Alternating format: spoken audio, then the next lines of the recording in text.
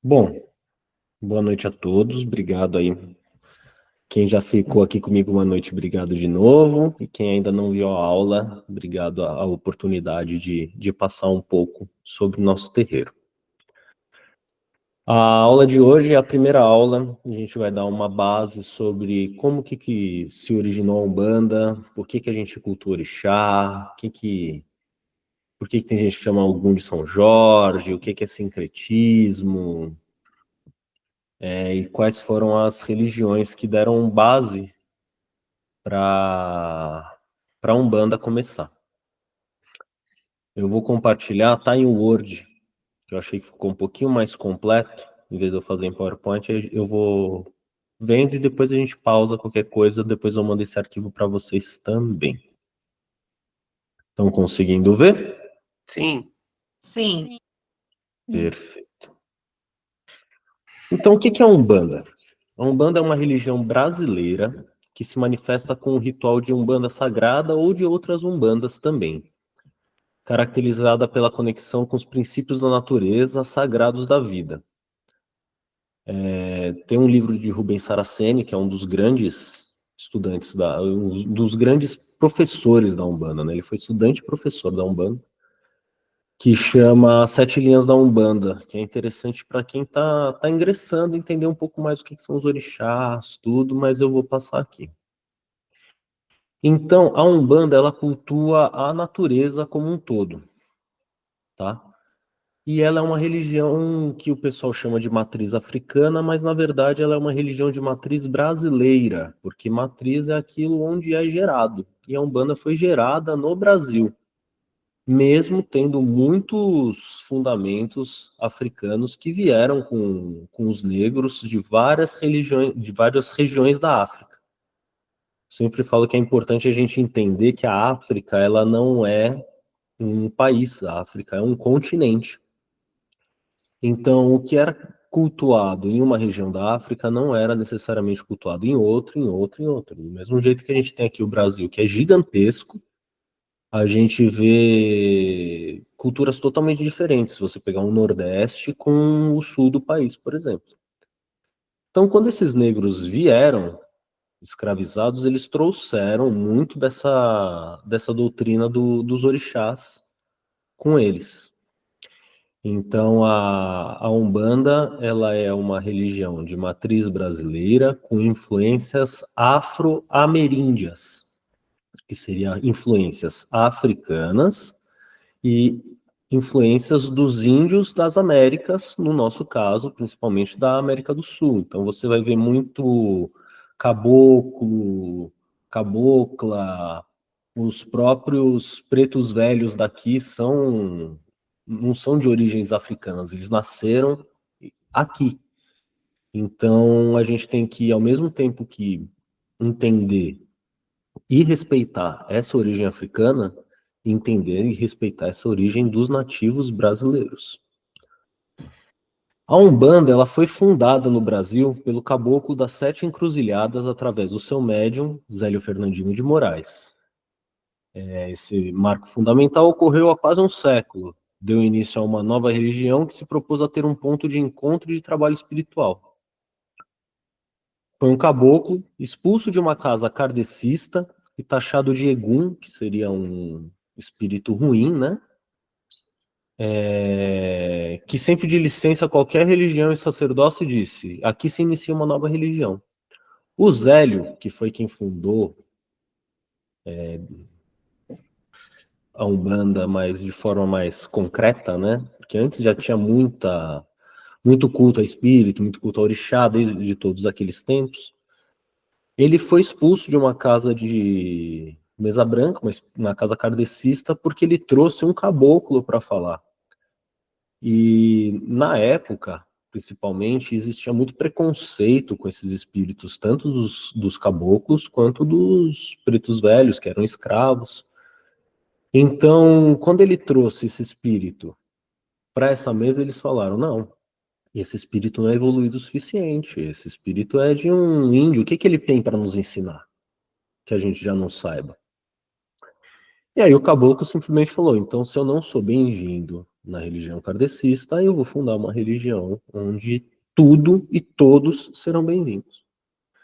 Então, eu sempre falo que dentro da Umbanda, a Umbanda nasceu da necessidade da inclusão. Então, eu acho que assim, é um princípio básico de qualquer umbandista, e em principal, qualquer sacerdote, pai ou mãe de santo, ter um respeito muito grande por toda a diversidade dos seus filhos. Não importa orientação sexual, não importa se é um transgênero, não importa a cor, não importa se é uma pessoa que vem de uma igreja evangélica, de uma igreja católica.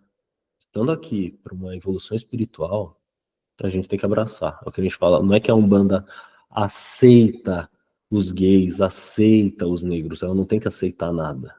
Ela não, quando a gente fala que ela aceita, a gente dá a premissa de que em algum momento ela podia não aceitar. Então a Umbanda ela é 100% inclusiva. Então todo mundo na minha casa é bem-vindo se vier para uma evolução espiritual, não importa. Voltando. Então a Umbanda surgiu de uma vontade divina manifestada pelo divino orixá planetário, que seria o nosso Olorum, que seria o todo, reproduzida nos 7 orixás planetários, que por suas vibrações mentais deram origem a essa nova fé. Sua idealização ocorreu no plano astral e posteriormente foi caracterizada no plano material, tornando-se senda religiosa que visa a evolução de milhões de seres. A Umbanda ela foi primeiro construída pelo plano espiritual, dentro desses guias que queriam trabalhar para uma evolução, para depois ela ser materializada. Teve uma gira que o meu avô veio e que ele deixou isso muito claro, que tudo que acontece na sua vida ocorreu primeiro no seu plano mental. Então a gente tem que tomar muito cuidado com o que a gente pensa, porque aquilo vai acontecer. Então, fazendo um parênteses, já que a gente está aqui num bate-papo, não é uma aula tão certinha, na minha casa é vetado qualquer pessoa assistir programa de desgraça. Um da Atena, da vida, qualquer coisa disso. E você começa a vibrar aquilo. Ai, não sei quem foi esfaqueado, não sei quem tomou um tiro. Aí você começa a falar, poxa, mas eu vou sair de casa, eu vou ser assaltado, porque tá tudo muito perigoso, tá tudo muito ruim, eu vou ser assaltado, você sai de casa, é assaltado. Aí você ainda vira e fala, eu falei. O oposto é o mesmo. Você pega uma casa que só vibra, não, a gente tá tranquilo, a gente tá seguro, a gente vai pra praia, puta, vai ser um dia gostoso pra caramba, a gente pode até enfrentar um outro perrengue, fura um pneu, tudo, mas a gente tá naquela vibração de que o dia vai ser incrível. No final do dia, o dia é incrível. E aí eu não vejo uma pessoa falar assim, viu, falei que o dia ia ser incrível, mas se dá alguma coisa errada, e ela assim fica falando, vai dar errado, a primeira coisa que ela fala, eu falei. Então, se uma religião que hoje tem um monte de adeptos no Brasil e fora, sendo que ela foi criada aqui, foi criada primeiro no plano mental, para depois se materializar, imagina as nossas coisas que a gente quer. Então, pensem mais no que vocês querem do que o que vocês não querem, porque o que vocês pensarem vai acontecer. Vamos descer um pouquinho aqui para falar agora um pouco da participação de cada influência que a Umbanda teve.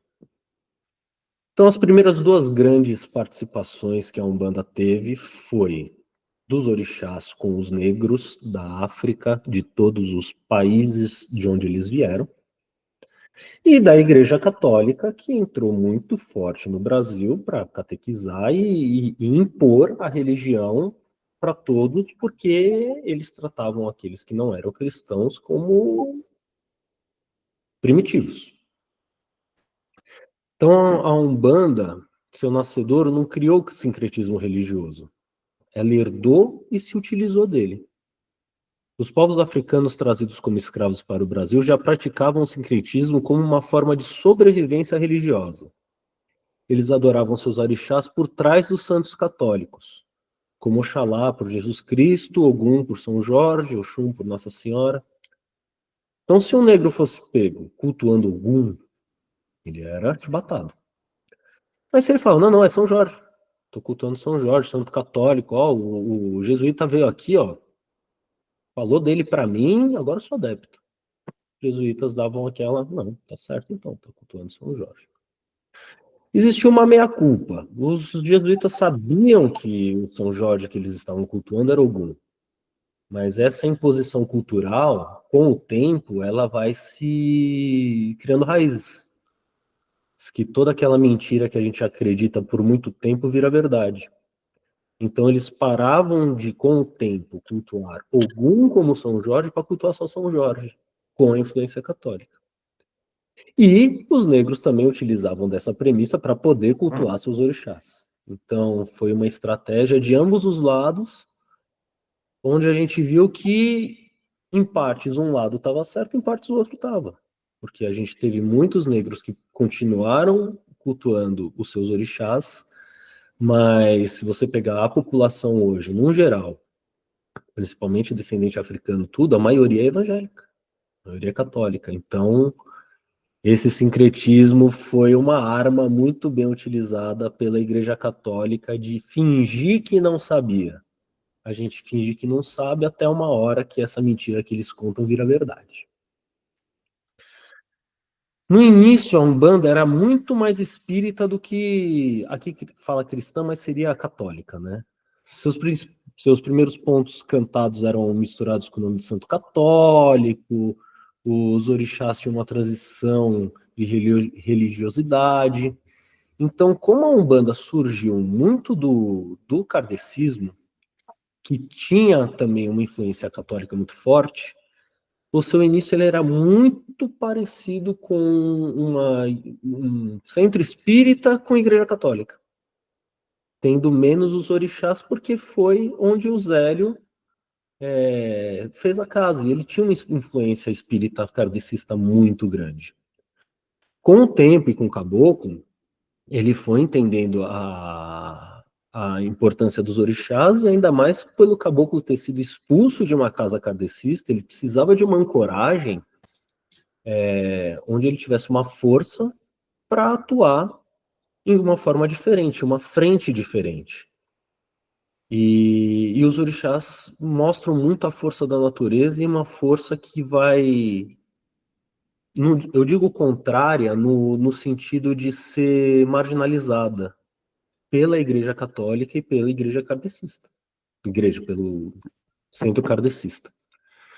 Então, ele pegou desses orixás e falou, não, os orixás têm toda a nossa herança, junto com os caboclos, então essa religião vai cultuar a natureza através dos orixás e das energias das ervas. A Umbanda é uma religião muito vegetal. Então a gente não tem o sacrifício, por exemplo, que tem em muitas vertentes do candomblé. O candomblé ele tem uma origem muito mais africana do que a própria Umbanda. A Umbanda tem uma raiz muito grande brasileira, por isso que eu volto a dizer, cultuar a Umbanda como uma igreja de matriz africana é muito complicado, sendo que a gente tem muita coisa dos nossos ancestrais daqui.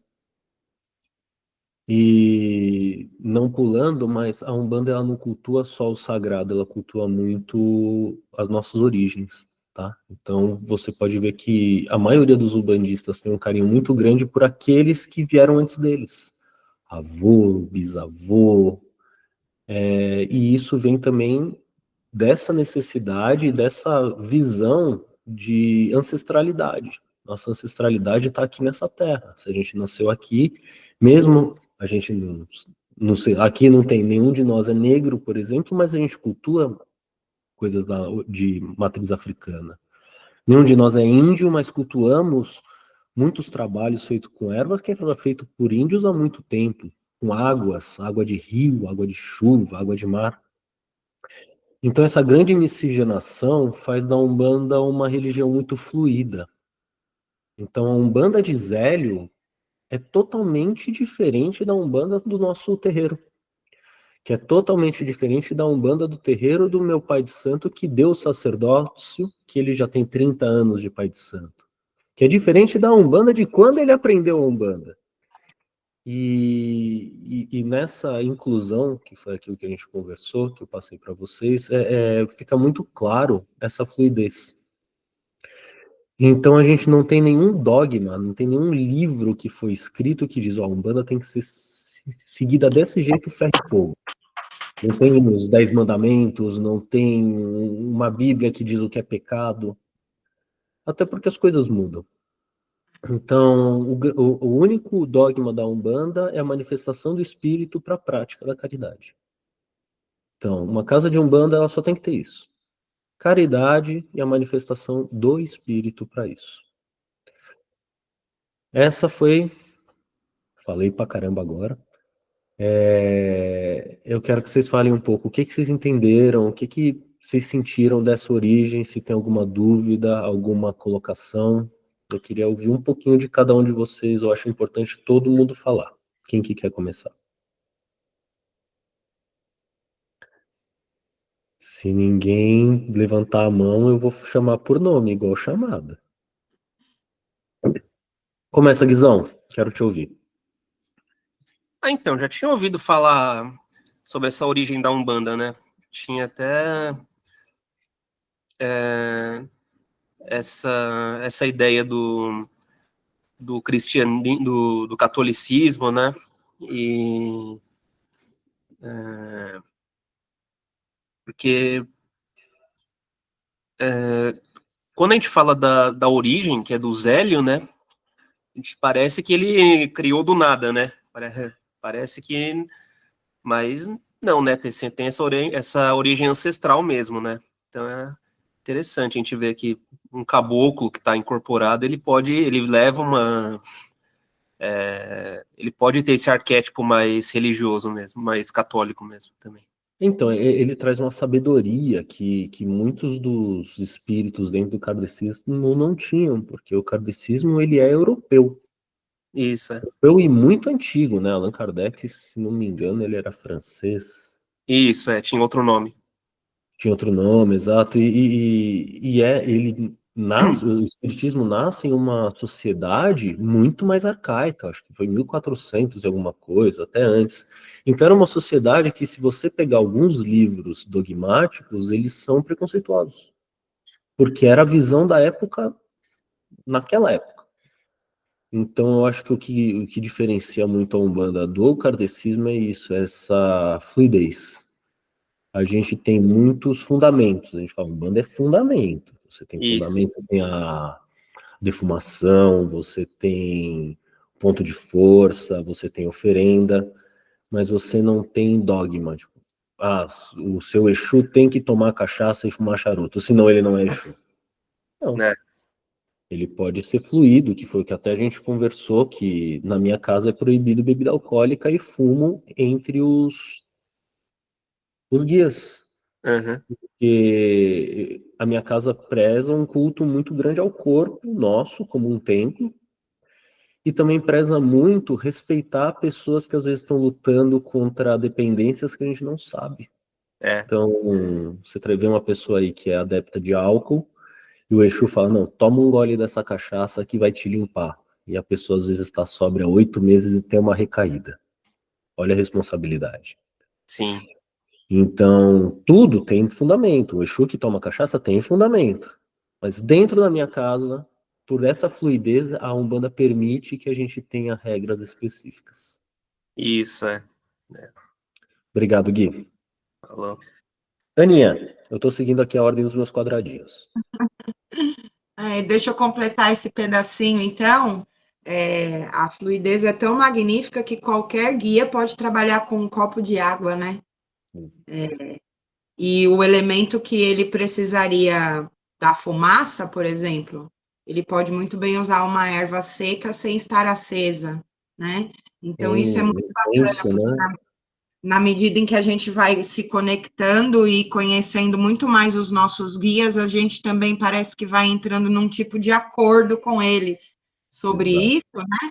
E é nos revelado alguns mistérios, inclusive pequenas substituições, como, por exemplo, essa história, né, de que o Exu trabalha com cachaça. Porém, o seu capa preta e seu morcego, eles podem muito bem trabalhar juntos com um copo de água, né? E isso faz um bem a todos nós. O meu pai de santo que me apresentou a Umbanda para Ricardo, ele fala que vocês não têm ideia da força de uma oferenda de um copo d'água com uma vela. Sim, exatamente, exatamente. A fé e a vibração é tudo. Lógico, você quer fazer uma oferenda bonita, o orixá vai ficar feliz. Vai ter esse axé. Mas eu fico pensando, eu trabalhei com uma filha que estava com uma vulnerabilidade econômica muito grande. Muito, e não morava em São Paulo. Ela falou, pai, eu não estou bem. Eu falei, pega um copo d'água. Oferta um copo d'água. Toma água com... Eu brinco, meu Exu bebe o que eu bebo. Isso Se eu mesmo. tomar água, ele vai tomar água. Se um dia eu sentar na minha varanda para tomar um uísque de R$ 1.000, ele vai tomar um uísque de R$ 1.000. Porque ele sabe, Exatamente. se eu tenho dinheiro para comprar um Exatamente. uísque desse, ele vai estar comigo. Mas se eu estiver na Pindaíba e eu tiver só um copo d'água, ele está lá. É isso mesmo. É utilizar a gente exatamente como eles falam, como um alicerce, né? Como um corpo em terra para que o trabalho deles possa ir adiante com os nossos consulentes, né? Perfeito. Obrigado, Aninha. Imagina. Rosimeire. Deixa eu ligar o som aqui. Você sabe que você falou uma coisa que eu acho muito importante, né? Porque o meu marido fumou durante um tempo e uma das coisas que mais incomoda, porque depois que a pessoa, quando ele falou, não quero mais, ele não quis mais mesmo. E uma das coisas que incomoda muito quando ele vai é a presença do fumo. Porque tudo é muito feito com o fumo, principalmente na casa onde a gente vai nos dias de preto velho, né? Então tem muito charuto, muito cigarro. Percebia aquele incômodo, né? Aí ele falou para mim, ele falou, é muito difícil, mesmo que eu já não fume mais há 15 anos, ele falou, você fica com aquela, né? Então é o que você falou e eu me remeti ao Oxalá, né? Que eles falam no candomblé ou na nação, que a quizila de Oxalá é o álcool, né? Então, às vezes, eu me peguei várias vezes pensando nisso, né? Se ele é um orixá, né? E ele não se utiliza disso, né? Por que os outros têm que se utilizar? Porque aí, em vez de você estar fazendo um bem para o próximo, para o irmão, você vai estar, às vezes, aguçando alguma coisa que está ali dormindo, né? Pode dormir daqui para a vida inteira, como ela pode ser resgatada, né? Achei bem legal isso aí. Tem fundamento, tá? Tanto o uso da bebida alcoólica quanto o de fumo. Sim, eu sei. Mas, então, assim, eu não uso no dia a dia da gira. Sim, Mas vamos supor que vem um consulente que ele está com uma demanda ou com um trabalho que precisa daquele elemento para ser destruído. Então, eu converso com ele e falo, precisamos usar isso, tudo bem? Se ele fala, não, de jeito nenhum. Se eu ficar perto de álcool, eu vou ter uma recaída. A gente vê o que faz. Mas ele fala, não, tudo bem, vamos. Eu não tenho por que expor todos os outros consulentes a isso. A gente fala muito de mistérios velados, então eu já precisei fazer trabalho de desamarração e precisou utilizar a cachaça. Eu precisei dar um banho de cachaça em um filho, um banho na cabeça, aos pés, 1 litro de pinga. Ela virou e falou, não, tudo bem, vamos lá. Mas é o que eu falei, se fosse um ex-adepto, que difícil, né? nossa, E para que eu vou expor, por exemplo, uma filha dessa num ambiente de uma gira, um trabalho pesado, um trabalho que foi, assim, uma semana de preparação minha. Então, a gira eu entendo que é para ser um ambiente muito mais alegre, muito mais de pensamentos bons, da gente fazer essa limpeza. Então, existe o fundamento, as casas que usam, casa do irmão, regra do irmão, mas eu sim, prezo muito pelo que você falou. Eu gostaria muito, por exemplo, que seu marido viesse aqui e falasse, poxa, aqui eu não me senti mal porque não teve o fumo. é. Então, é muito legal você trazer isso, e se um dia quiser vir com ele, fala para ele que não vai ter, Sim. tá bom? Nem na Obrigada. próxima gira de cigano. Vai ter, se Deus quiser, Ah, muito ouro e muita fruta. tá bom. Obrigado, Rose. Imagina. Rosilaine, queria te ouvir um pouquinho. Vamos lá. O que eu acho, assim, muito válido é quando você fala que a Umbanda é 100% inclusiva, né? Eu acho que nós vivemos num mundo de muito preconceito, né? Eu fui assistente social há quase 40 anos. Então, eu trabalhei muito com crianças deficientes.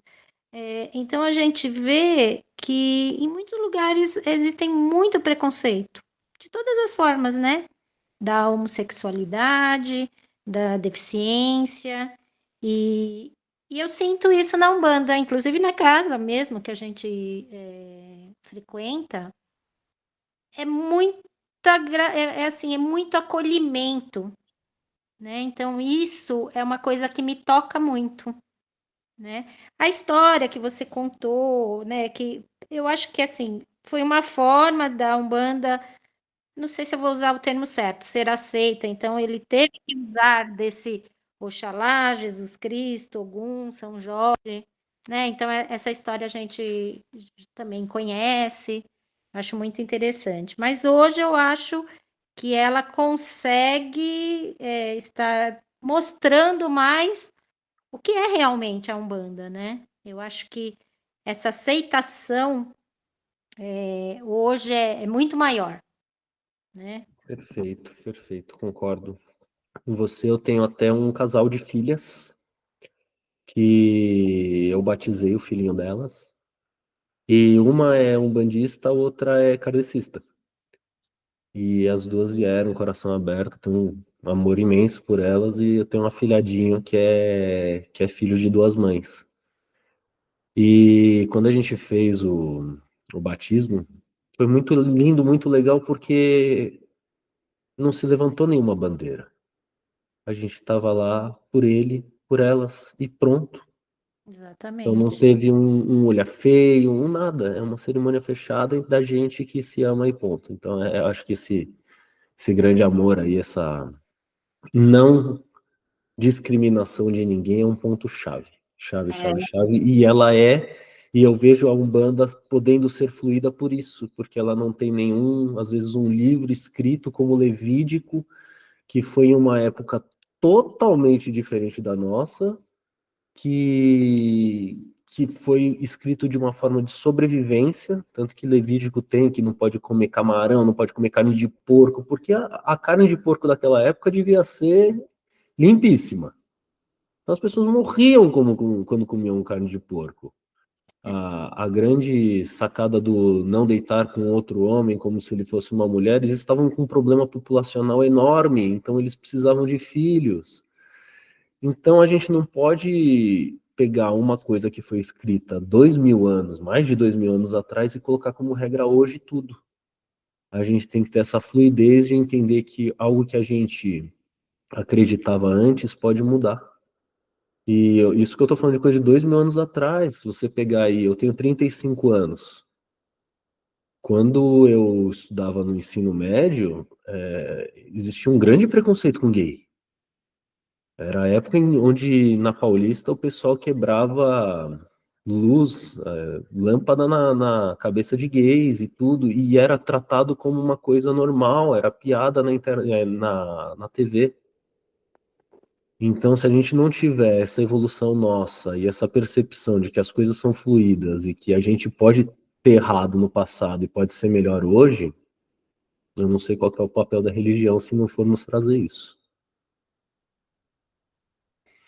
Certo, Rose? Certo. Vamos lá. Mas obrigado por tudo que vocês compartilharam. É interessante que essa aula, mesmo tendo praticamente o mesmo conteúdo da primeira, está sendo muito diferente, com muitas coisas novas para a gente conversar. Saindo agora um pouco da história da Umbanda, que a gente deu essa pincelada, que é um grande mais do mesmo, é só para a gente ter uma base, a gente vai falar um pouco sobre o Instituto Três Pilares, que é o nosso terreiro, que eu não chamo de terreiro, eu chamo de instituto, porque eu vejo como uma obrigatoriedade o ensino. Eu acho muito complicado você chegar num lugar e as pessoas falarem, é porque é. Ah, por que que Exu toma cachaça? Toma porque toma. Toma porque é fundamento. Acabou. Eu vejo como uma responsabilidade do Pai de Santo trazer o conhecimento para vocês. Eu falo que o conhecimento é a única coisa que você multiplica quando você divide. Então, dentro das nossas gírias, e principalmente aqui no nosso curso, eu estou para dividir conhecimento com vocês e toda a filosofia que Dona Maria Padilha trouxe para a nossa casa, para trazer esse nome de 3 pilares para o nosso instituto. Então, o que são os 3 pilares? Os 3 pilares são o que norteia a nossa vida. Nossa vida está dividida em 3 grandes blocos. Aquilo que é da nossa fé, aquilo que nos diverte e aquilo que nos dá trabalho. Eu vou pegar aqui um diagrama de Venn que eu fiz para falar sobre isso. Quem lembra de matemática lembra do diagrama de Venn. Eu vou aqui compartilhar com vocês.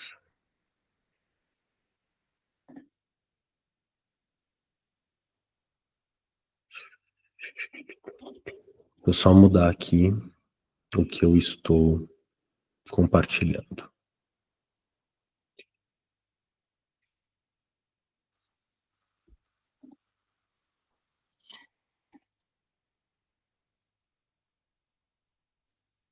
Apresentar outra coisa.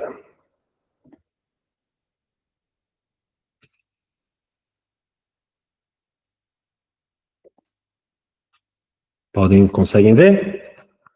Sim. Nesse diagrama a gente tem tudo que é nossa fé dentro desse círculo, tudo que é diversão dentro desse círculo e tudo que é trabalho dentro desse círculo. E a gente tem as intersecções do que é fé com trabalho aqui, fé com diversão aqui, diversão e trabalho aqui, e a intersecção das 3 coisas. Então, o que são os pilares? O pilar ele é descrito como uma força que nos inspira, o pilar da fé, né? Vamos começar falando pela fé, que é o principal intuito dentro de um terreiro. O pilar da fé ele é descrito como uma força que nos inspira e impulsiona. É uma crença que vai além da religião, sendo a confiança em algo maior, seja uma força espiritual, um ideal ou até em nós mesmos e em nosso potencial. A fé motiva a perseguir sonhos e manter foco em objetivos, fornecendo a energia para superar obstáculos. É tudo que nos move, que nos faz acreditar e nos motiva a seguir em frente. Então, quando a gente fala de fé, a gente vai além só do que a gente pensa numa oração, ou fé no sagrado, ou fé quando a gente está numa dificuldade. A fé é tudo aquela energia que impulsiona.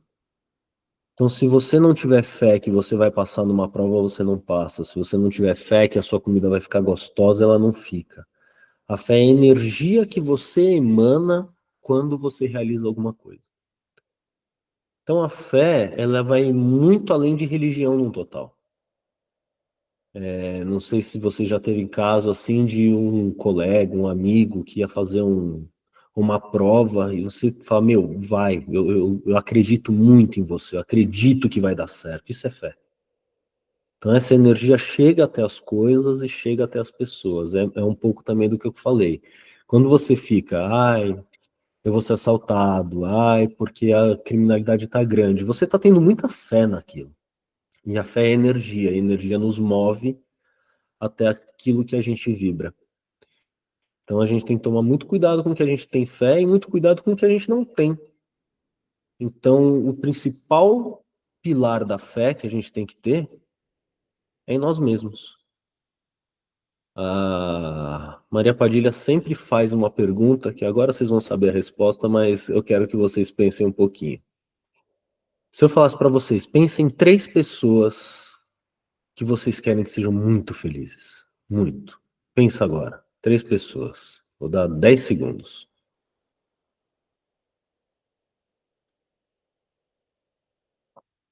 Todo mundo pensou? 3 pessoas? Dentro dessas 3 pessoas, qual foi a chance de você colocar o seu nome? Quando a Então, gente aprende a se colocar em primeiro, né? então é uma coisa muito grande a gente ter fé em nós mesmos. Quando a gente É, faz essa pergunta para a maioria das pessoas, as pessoas falam, minha mãe, meu pai, meu irmão. Minha mãe, minha avó, e por que não você? Por que você não tem essa fé em você? Por que você não quer que você se dê bem? Então a fé é essa energia. Vamos agora para o pilar do trabalho. Pilar aqui do cantinho. O trabalho é aquilo que nos dá propósito e estrutura. Ele não se limita ao emprego formal, mas abrange responsabilidades diárias, como manter a higiene pessoal, cuidar da saúde, cumprir com obrigação social. O trabalho é o esforço contínuo para melhorar a nós mesmos e ao mundo ao nosso redor, seja através de ações cotidianas ou metas de longo prazo. Tudo aquilo que deve ser feito, independente da nossa vontade ou de nos alegrar plenamente. Pode ser visto tanto como um trabalho profissional, como com regras básicas de convivência e higiene. Então, quando a gente fala do trabalho, o trabalho é aquele fácil que tem que ser feito. Peraí, tá passando um avião aqui. Então, o trabalho é o fácil que você tem que ser feito. No seu emprego, você tem funções que você tem que desenvolver que não te dão prazer, mas tem que ser feitas. E no seu dia a dia também. Você pensa se você gosta de tomar banho? Não, você toma e pronto. É uma obrigação sua. Mas eu gosto. Que bom, mas mesmo se você não gostasse, você tinha que tomar, você tinha que comer de maneira saudável para você ter um organismo físico bom, você tem que ser minimamente educado com as pessoas. Então o trabalho é aquela coisa que a gente não pensa. O trabalho é aquela coisa que tem que ser feita. Então você tem primeiro a fé, que é o que te impulsiona, e o trabalho, aquilo que tem que ser feito. Então quando a gente tem fé em uma coisa que tem que ser feita, a gente tem uma intersecção. É isso que significa intersecção. Vou falar um pouquinho delas um pouquinho mais para frente, mas eu acho que eu não podia perder o gancho, porque eu acho que isso ficaria mais fácil de entender. Agora a gente vai falar da diversão. A diversão é o que nos rejuvenesce e nos traz alegria. É o prazer encontrado em pequenas coisas, é na risada compartilhada com amigo, no momento de relaxamento. E a diversão é essencial para manter o equilíbrio emocional e mental, ajudando-nos a lidar com o estresse e as preocupações do dia a dia. No entanto, deve ser buscada com consciência, pois o excesso pode levar à desarmonia e ao desequilíbrio, como em todos os outros pilares. A diversão é o pilar onde o equilíbrio pode ser mais facilmente quebrado, gerando desarmonia, e por isso a diversão deve ser consciente. A quebra de preconceitos e estereótipos é prioridade para se divertir de forma plena e sem impedimentos. Voltando a falar um pouco aí do preconceito, a Umbanda, ela vê a diversão como um direito e não uma recompensa. Então, a gente vê muitos casos de pessoas que não assumem uma sexualidade ou algo do tipo porque é pecado, porque ela não pode se divertir com uma pessoa do mesmo sexo. Ou a gente pega em famílias ainda mais tradicionais que a miscigenação de raças é muito complicada. Na Umbanda a gente tem essa prioridade de fazer aquilo que nos faz bem. A diversão é aquilo que nos alegra. Então, os 3 pilares você tem que para e analisa. Um é a fé, o que te impulsiona. O outro é o trabalho, que é o que tem que ser feito. E outro é a diversão, que é o que você gosta de fazer. A partir do momento que vocês têm essas 3 coisas em equilíbrio, você tem uma vida plena. E aí a gente começa a pensar um pouco em intersecção. Porque o equilíbrio entre fé, trabalho e diversão é crucial para a evolução pessoal. As intersecções demonstram como esses pilares se conectam, gerando diferentes combinações. A fé mais a diversão. Ela refere-se a atividades que combinam alegria e espiritualidade, como ouvir uma música, um ponto. Ou até assistir um jogo de um time do coração, porque aquilo você tem fé nele, você tem paixão naquele time e aquilo te diverte. Então a gente também tem que perder um pouco essa visão da fé só como algo religioso. A fé é acreditar, é impulsionar. Você tem a fé mais o trabalho, que envolve a dedicação e o esforço em práticas espirituais ou mantendo uma postura positiva, como realizar obrigações religiosas e principalmente manter pensamento e vibração positiva e evitar briga. Imagina o trabalho que dá você manter um dia inteiro sem desejar alguma coisa ruim para alguém. Seja alguém que te deu uma fechada no trânsito, alguém que te deu uma resposta brusca. Então, a fé mais o trabalho significa isso, você fazer o que tem que ser feito, que é você se impulsionar somente para coisas boas. E esse eu acho que é uma das intersecções mais difíceis, porque é o orar e vigiar o tempo todo e mantendo aquilo que tem que ser feito. Então, eu dirigir e a pessoa me dá uma fechada, eu simplesmente... Eu tenho que manter meu pensamento positivo. Eu vou manter meu pensamento de que eu vou chegar bem em casa. Não bateu, então meu carro tá inteiro, eu tô bem, acabou, segue a vida. Intersecção de diversão mais trabalho. Aí começa a ficar um pouco mais legal, porque tem a diversão.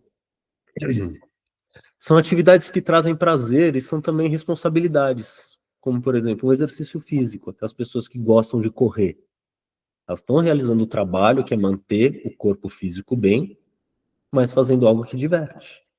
É você ir num show de uma banda que você gosta, que você tem que sair 2 horas antes, dá um trabalho lascado de chegar, você demora para encontrar um lugar para sentar, aí você senta, assiste o show, é legal pra caramba e você tem todo o trabalho de voltar.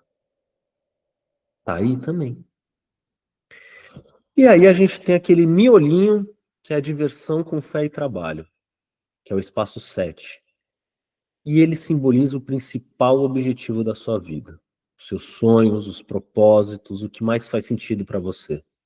É a união harmoniosa dos 3 pilares, gerando um propósito de vida completo e equilibrado. Então aquela coisa que você sabe que vai dar trabalho para alcançar, mas que você tem muita fé de que vai dar certo, que vai ser incrível, você vai se divertir muito, aí que está a grande intersecção dos pilares da vida, que é o que fazem, digamos assim, a vida ser incrível, que é o que fazem o valer a pena. Então é aquela viagem dos seus sonhos, por exemplo. A pessoa tem um sonho de visitar o Japão. Aí ela trabalha, junta um dinheiro lascado porque é caro, ela tem fé que aquilo vai dar certo, ela planeja, ela pesquisa lugares que ela vai. Então tá tudo envolvido. E quando ela vai, é um marco na vida. Então a gente tem que pensar em quais marcos da nossa vida que a gente está priorizando e se neles estão esses 3 empregos. E a gente fala muito de harmonia, porque eu acho que qualquer pessoa que está presa a só um desses pilares, ela não é feliz. Você tem aquela pessoa, vamos pensar no pilar da fé. Você pega aquele líder religioso que só fala de religião o tempo inteiro e tudo você vai para o inferno e tudo você vai alcançar o céu e você está errado porque Deus mandou. Um fanático religioso. Ele é um inferno. Aquela pessoa que só trabalha, acorda, trabalha, dorme, escala 7x0, porque ela quer ter dinheiro, porque então tem que trabalhar, ela não vive. E você tem também aquela pessoa que só se diverte, todo dia balada, e todo dia acorda tarde, e não tem um propósito para nada, ela não tem um futuro no geral. Então são esses 3 pilares que eu acho que a gente tem que pensar muito na nossa vida sobre como que a gente quer manejar eles com a gente. E agora eu quero falar com vocês de novo mais um pouquinho, porque eu acho que esses 3 pilares, ao mesmo tempo que eles são muito importantes, eles são um pouco difíceis de entender em seu contexto geral. Então quero ouvir um pouquinho de todo mundo de novo. Vamos seguir a mesma ordem da última vez. Começar pelo Gui. Então, eu tava vendo você falar dos 3 pilares, eu tava até... porque de alguma forma eles conversam um pouco também com os orixás e as entidades, né? Totalmente. O trabalho pode ter a ver com Ogum, os erês na diversão, a fé pode ser um pouco representada nos pretos velhos, assim, sei lá, pensando agora. Então, Exato. Se você pensar, é muito legal que você trouxe isso.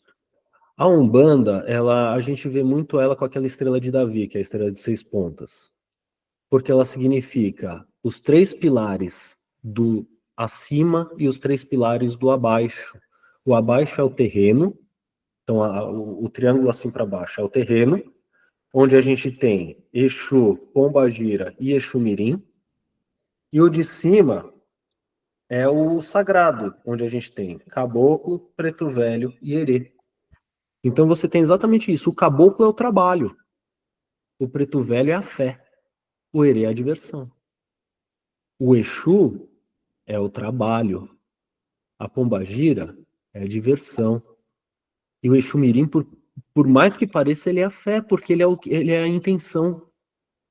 Então você trouxe aí uma coisa que eu nem pensei em falar e que é muito válida, muito válida. Então você está totalmente certo nessa sua visão. boa. Pode continuar, desculpa que eu te cortei. Não, acho que era mais isso mesmo. Tava vendo como que esses pilares conversam um pouco com os orixás e as entidades. Acho que foi... Perfeito, perfeito. É exatamente isso. A partir do momento que você analisa os 3 pilares, com os 3 guias principais à direita, com os 3 da esquerda que constituem a Umbanda, e depois a gente vai falar um pouco sobre os tronos, você vê que tudo tá interligado. Então, alguns tronos vão lidar muito com a intersecção do trabalho com a fé, por exemplo, não só com um pilar. E isso que faz a Umbanda ser uma rede fluida. Eu vou falar muito disso na segunda aula. Na segunda aula a gente fala sobre a egrégora, e aí é bem, bem interessante. Aninha. Eu achei perfeita a colocação do Gui. Uma ótima lembrança e alusão a nós, né, em relação às entidades. E ver como isso reflete a nós também, né?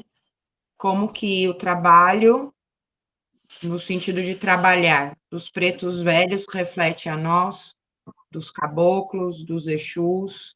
Então, tá aí a importância para nós também cultivarmos os 3 em equilíbrio nas nossas vidas. Não só como umbandistas, é claro, mas, né, como pessoas comuns. Não o pai Pedro e não a mãe Ana, mas o Pedro e a Ana, e assim por diante, né? Mas Perfeito. os 3 em equilíbrio de uma grande importância na nossa vida, né? Perfeito. Obrigado, Aninha. Imagina. Rosemary. Você sabe que é tão legal isso, porque é tão igual e tão diferente da primeira aula, né? Eu participei lá e aqui, a Ana também, não é? É muito igual, mas é tudo diferente. Então, o Guilherme falou uma coisa, e na hora que ele estava falando, eu já lembrei o que a Ana acabou de falar da própria intersecção deles também com a gente, né? E eu fui ainda um pouco além, que eu comecei a lembrar das giras e de todos os trabalhos que eu já participei na minha vida, né? E como essa energia a gente sente a diferença, né? Mais densa, menos densa, mais divertida, mais... você chegar na frente de um preto velho, ele remete a gente a um acolhimento tão grande, a um aconchego tão grande, que é totalmente diferente numa gira que logo já está aí em setembro, que é a de Cosme, né? Então, essa própria energia que eles trazem para a gente, né, é totalmente diferente, né? Então, no nosso dia a dia, isso pode ser lembrado no momento de aflição. Normalmente a gente não lembra de um, a gente lembra do outro, né? Numa cura com ervas, você chama mais um do que outro, né? É muito legal isso, é muito profundo, né? Que bom que gostou, fico feliz. Roselaine. Vamos lá. Esse equilíbrio é difícil, mas eu acho que a gente tem que alimentar diariamente, né? Todos os dias a gente tem que buscar esse equilíbrio.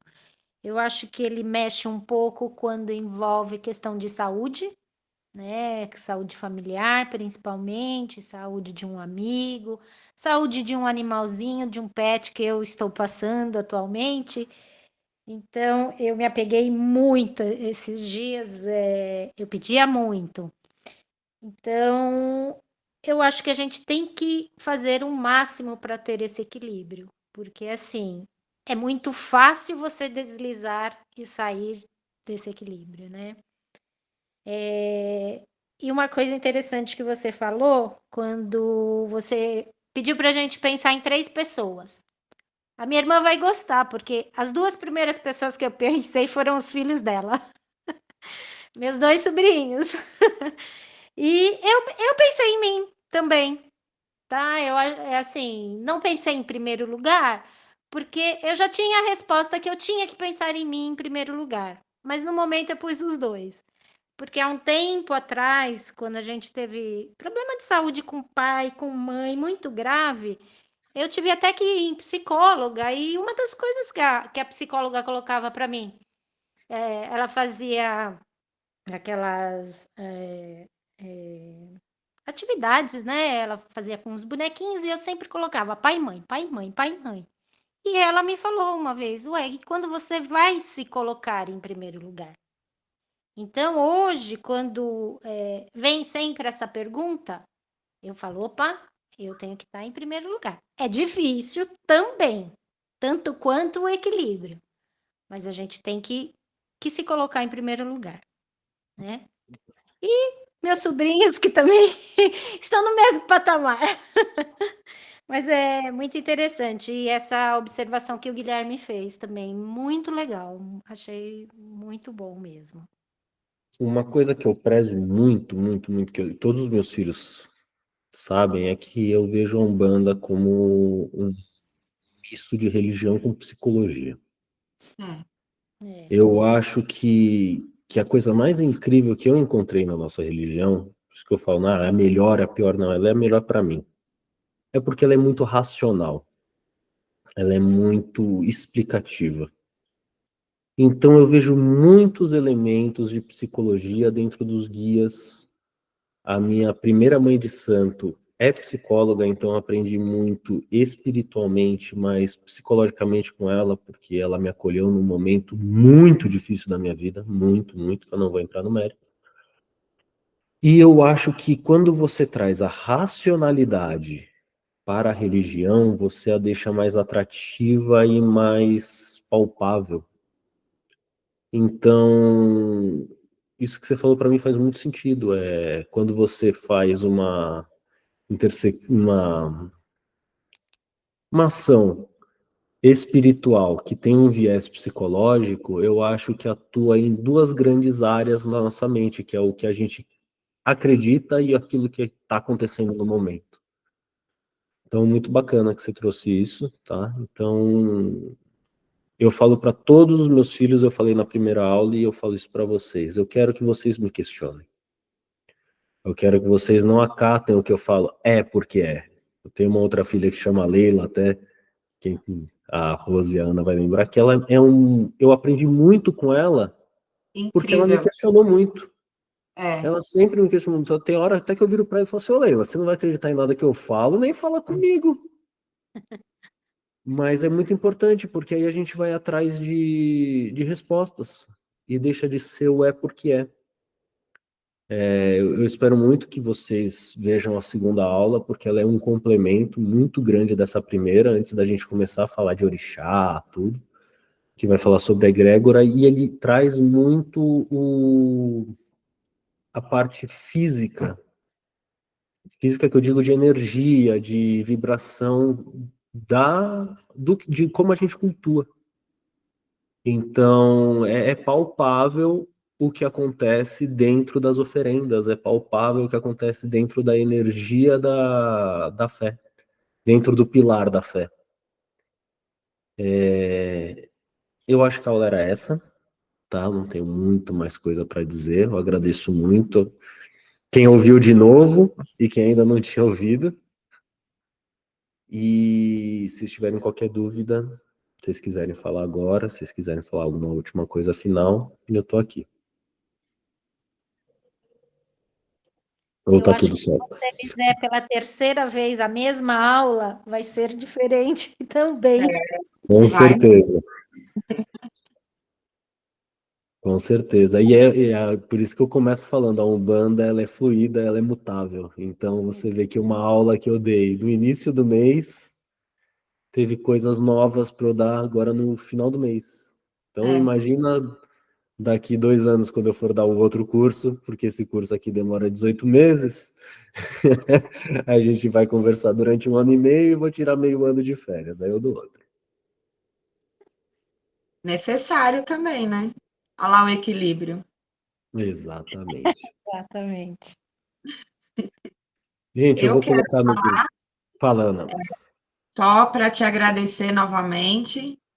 Foi fantástico, agregador, como na primeira aula, e agradecer a oportunidade de coração mais uma vez. Você sabe o quanto é importante para mim estar aqui e quanto faz toda a diferença, não só para minha cabecinha, como para o meu coraçãozinho.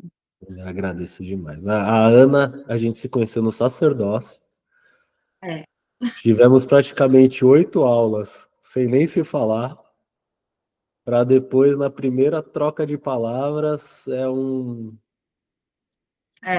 é um amor que Oxalá pôs na minha vida. Oxalá sabe o que faz, não é mesmo? Obrigado, Aninha. Sempre incrível. Obrigada a você. Obrigado a todos. Mais alguma coisa? Gui, Rose? Eu Não, gostaria só de agradecer também. Estou adorando. Para mim, 18 meses vai ser muito prazer estar aqui. Ah, que bom. E depois também. Ó, com certeza.